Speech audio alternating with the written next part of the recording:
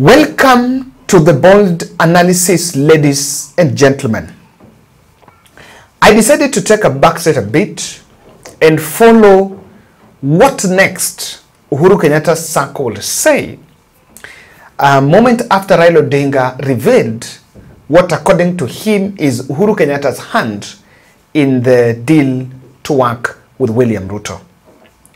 So ladies and gentlemen, for better part of Wednesday morning, mainstream editors have been trying to get a comment from Uhuru Kenyatta's circle, and there was a report that his personal secretary, Kanzadena, was supposed to issue a statement, was supposed to call a press, but I think they made a last-minute U-turn and that statement was not issued.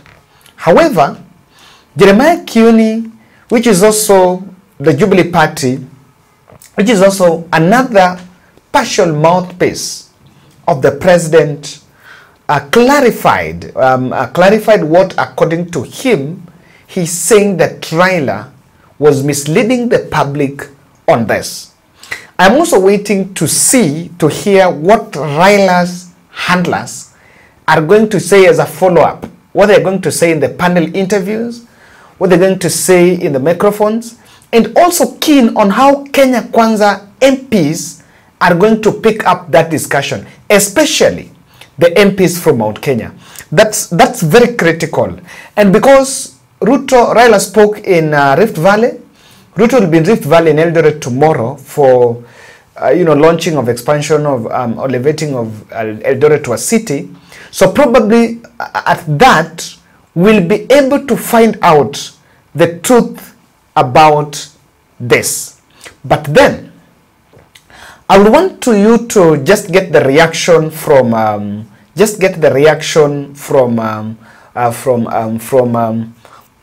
American. But before that, it's critical to listen to this.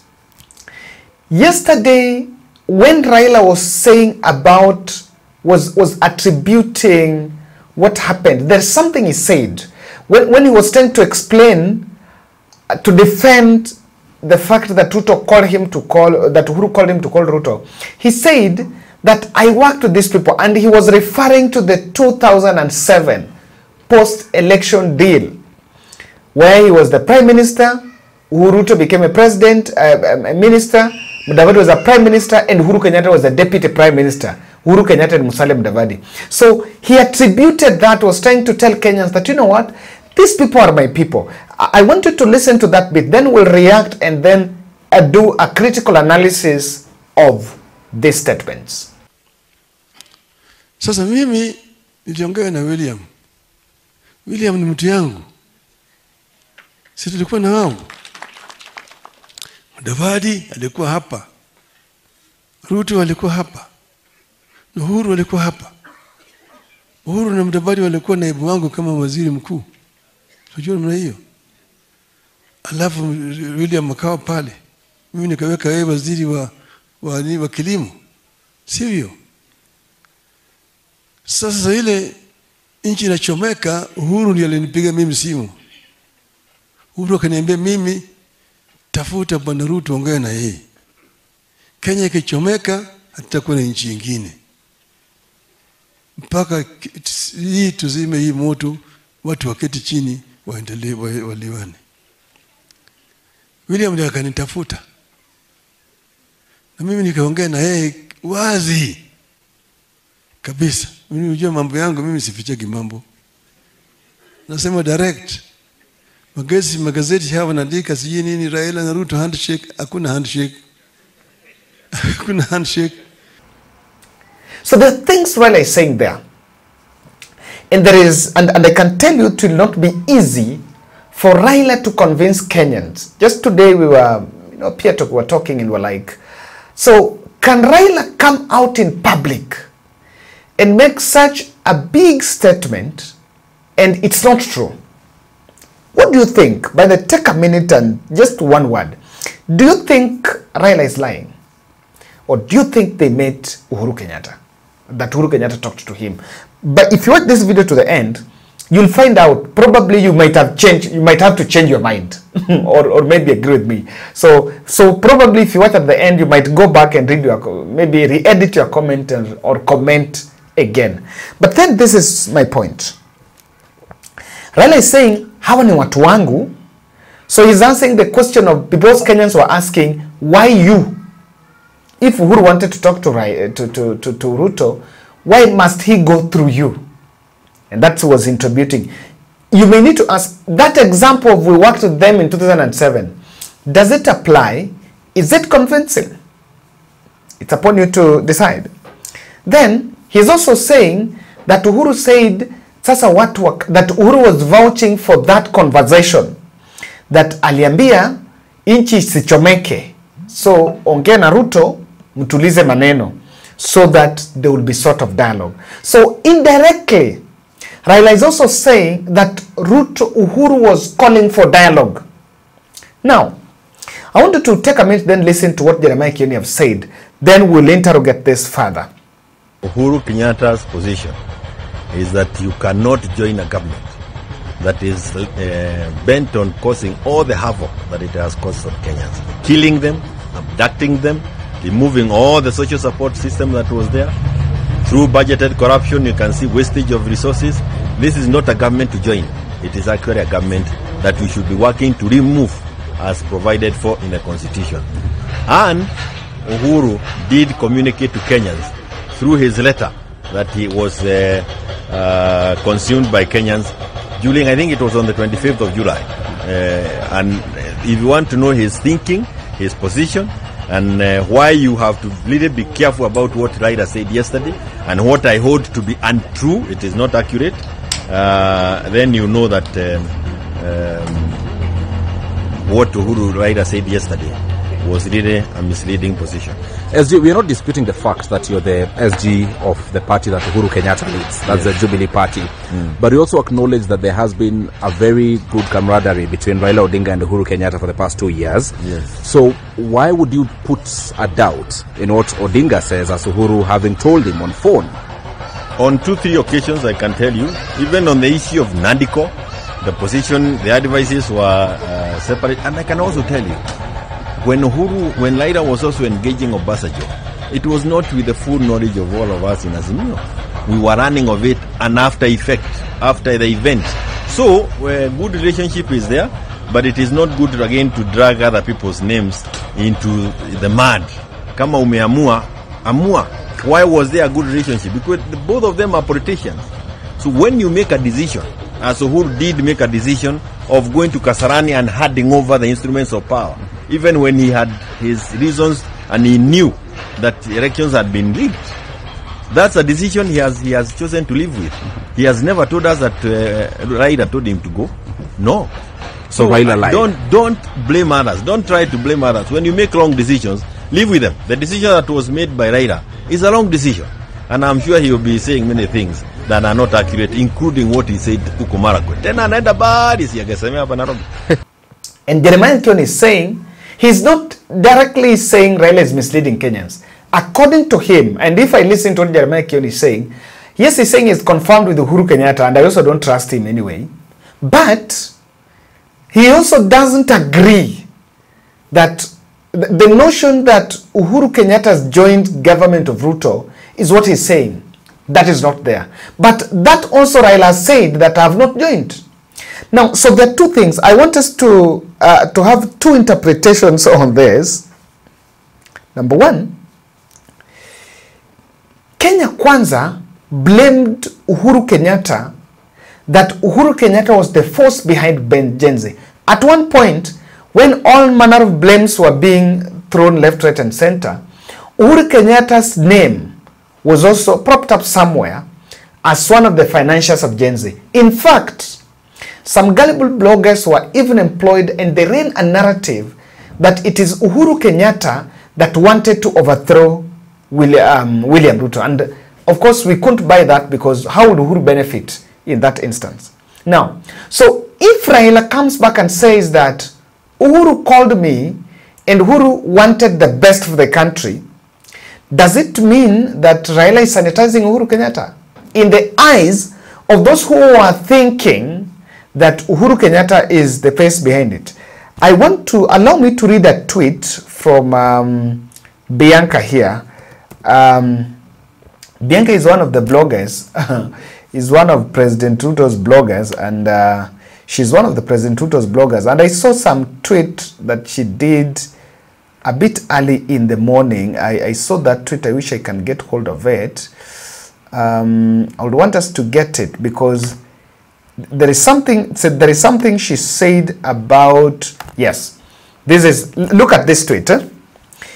I am 1,000% sure that Raila Odinga is lying, that it is Uhuru Kenyatta who told him to reach out to William Ruto to save the country from plunging into chaos and anarchy. At the height of the Gen Z protests, Uhuru Kenyatta invited Raila Odinga to Dubai and offered him a deal not less than 500 billion or 500 million, with the condition that Raila Odinga should join coup plotters to oust William Ruto from office. However, Raila rejected it and chose to be patriotic, and that's how a coup was foiled. What I know is that Raila is basically trying to whitewash Uhuru's name, but Uhuru was at the center of those who were orchestrating a coup. And perhaps if Raila could have allowed chaos, anarchy and civil strife to befall this country, it would have messed up his AU chairmanship bid big time. So, you see how the Ruto team are spinning. They are saying that Uhuru did not mean well, but he called Raila to join the protest, and then Raila declined. Remember, there was a video of that young girl who had told Raila Odinga that joined. So that's why I also don't agree with what Bianca is saying, because from the word go, it's not Uhuru who had advised Raila not to join. The Gen Z themselves had said, Baba, don't join us. I know that video went viral. And Raila Odinga, if you check the Twitter page of Raila Odinga, Raila shared that video. Shared that video when that young girl was saying, don't join. So even at that point, I am for sure that Uhuru Kenyatta would not have asked Raila Odinga to join maybe in that coup. And so if Raila defied Uhuru, then why would he come in public then sanitize Uhuru? And what does sanitizing Uhuru now help him now? Now, Raila told Uhuru watu wake had persecuted over, Uhuru had been persecuted over even pension. And it is very true that William Ruto was also persecuting former President Uhuru Kenyatta for the first 2 years. In some instances, twice, Uhuru complained about pension benefits. At some point, the Nairobi peace process was collapsed. William Ruto collapsed the Nairobi peace process that was under Uhuru Kenyatta, that was being done by Uhuru Kenyatta. And even if you leave that, there was also the issue of, there was also the time when the son was raided by the police under the pretext of looking for some guns. Now, if you have watched the other part, this other part of this analysis you should not miss, because this is what, according to me, is the truth, and nothing but the truth. It might not be familiar. Many of us might not agree with it, but of course, to me, this is what I am seeing. Then Raila is saying Uhuru wanted him to broker a peace deal with Uhuru Kenyatta, with William Ruto. That he said, inchi ikichomeka inchi ni yetu wote. So yes, it's true that Uhuru is a statesman. And Uhuru, it would also be in his interest as a former president for the country to be peaceful. But what Raila must also, and why Raila cannot convince the country that Uhuru was behind it is because the broad-based government that was allegedly formed, because that is what William Ruto is saying in rallies, they said broad-based government could not be an idea of Uhuru Kenyatta as the prescription of getting peace if Uhuru Kenyatta's allies are not included. I want to repeat. Now, Uhuru Kenyatta, Raila told us that Uhuru told him to meet with William Ruto. And it was also in the interest of the former president for peace to be in the country, which to that extent we agree. But a decision to form a broad-based government, and there is nothing like broad-based, I want to refrain my point. A decision to inject ODM members, the Mbadi, Oparanya, Joho, and Wandai in government. Was it a decision of a former president? No. And I want to say why. Even the former president have been having issues with members of his cabinet who cling on his side to the last minute in power. They did cross over to work with Kenya Kwanza, and they're still jobless. So if a broad-based government was to be formed and Uhuru Kenyatta was part and parcel of this, then one thing would have happened. You would have seen even Peter Munya being picked to join the cabinet, or even the former even Mama Tiangi somewhere. Matiang'i was one of the closest friends to former President Uhuru Kenyatta, or even Amutahi Kagwe somewhere, or Rachel Omamo, or any other member of the cabinet that worked with the former president. This is what I'm saying. For Raila to convince us that Uhuru Kenyatta was part and parcel of this political agreement, we should have seen the members of Uhuru Kenyatta's circle, even Jeremiah Kioni, would have been given a seat, if that was it.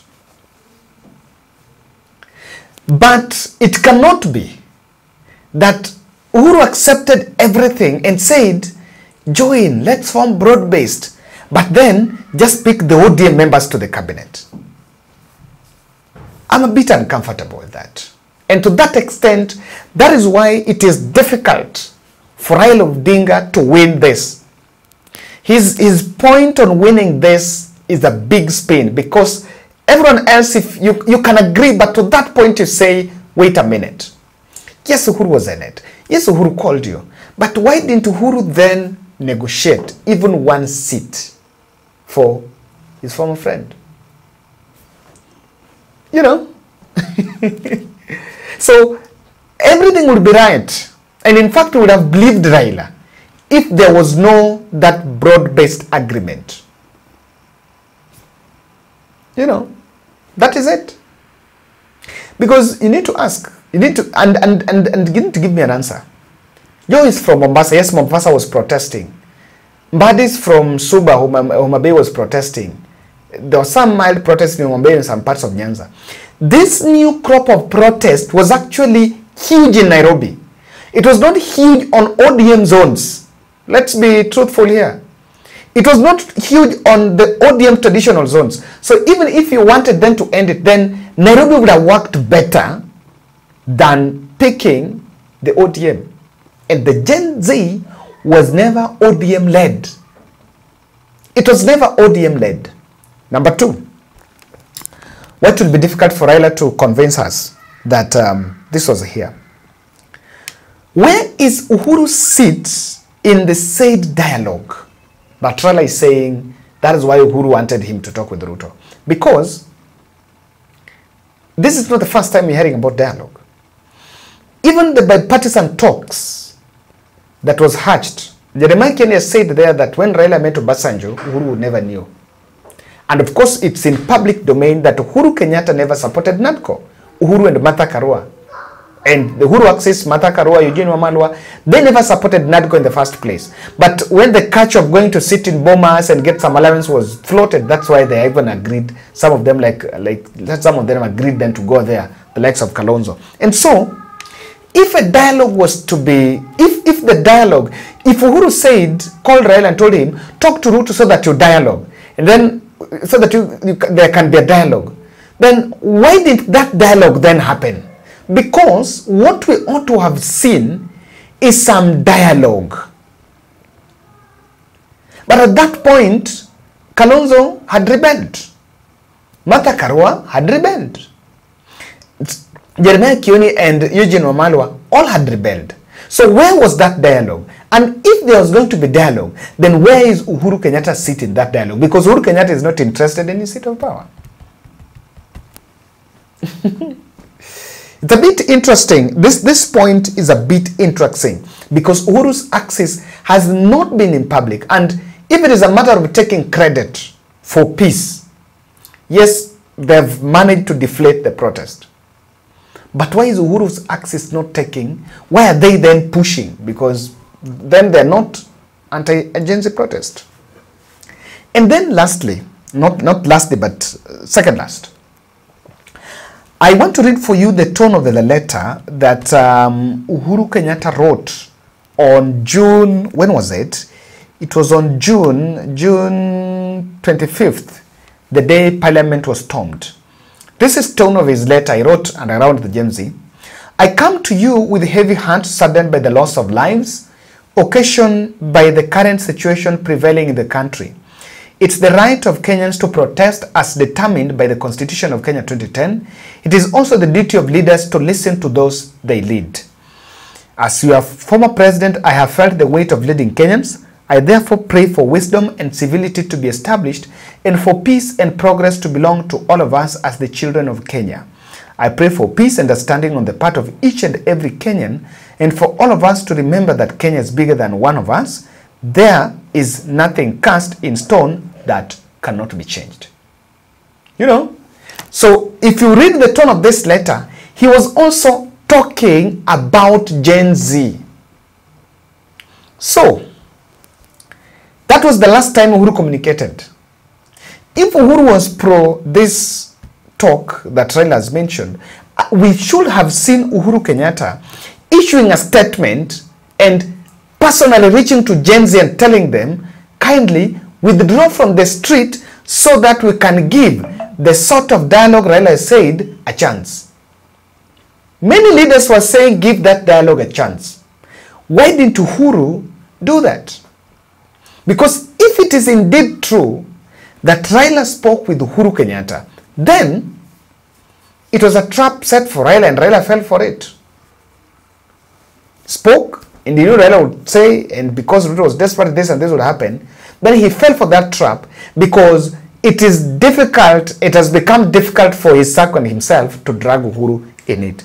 And lastly, I want to say, even if Uhuru Kenyatta called Raila Odinga so that they can sit down and talk to William Ruto, that cannot make it better. The problem has been that the Gen Z revolt was based on bad governance. Whatever was birthed by that sort of dialogue is not answering the question of bad governance. Even if Raila Odinga wanted to get cabinet slots, but at least Uhuru Kenyatta would have reminded him that, wait, even as we seek peace and we get those cabinet slots to ODM, but do you remember that those young people are talking about bad governance? We need to go and tick the boxes and say, is the broad-based answering the bad governance issues that the Gen Z were raising? Have you changed your mind? And what do you think? Let's meet in the next. Santeni.